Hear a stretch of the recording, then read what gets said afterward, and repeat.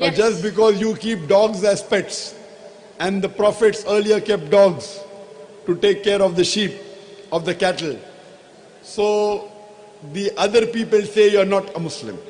Sister, in Islam, keeping dog is prohibited in your house as a pet.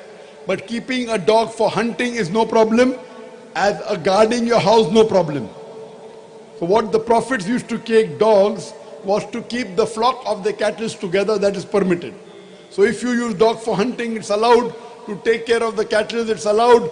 To keep a dog to guard your house outside is allowed. But in the house as pet, it is not prohibited. It is prohibited, sister. It is prohibited because the spit of the dog, it's unclean. And today even science tells us that the saliva of the dog, there are various diseases that can be acquired. And one of them is hydrophobia. Hydrophobia means fearing of water. So Islamically, keeping a dog as a pet is wrong. Now, if you keep a dog and you believe it is wrong, that's a different question. You may not be a practicing Muslim.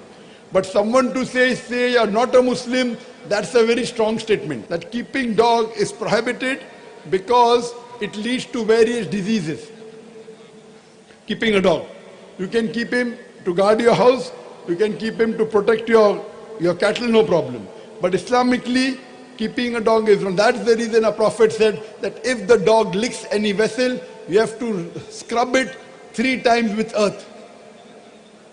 And today science says that even normally if you wash a vessel which the dog has licked, the germs are yet there. Only if you clean it with the earth does it go away. So imagine a dog comes into your house and he licks everywhere, he licks you, and you are praying in that house.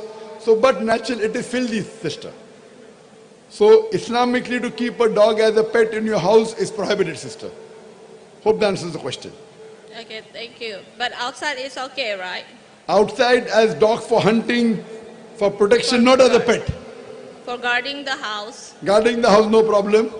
But not that you have to allow him to lick you. Yeah. Or to play over you. If we pat If them, you pat the head. Because the tongue cannot reach the head. So if you pat, you only pat the head because the tongue of the dog cannot reach the head. Yes. Hope that answers the question. Thank you.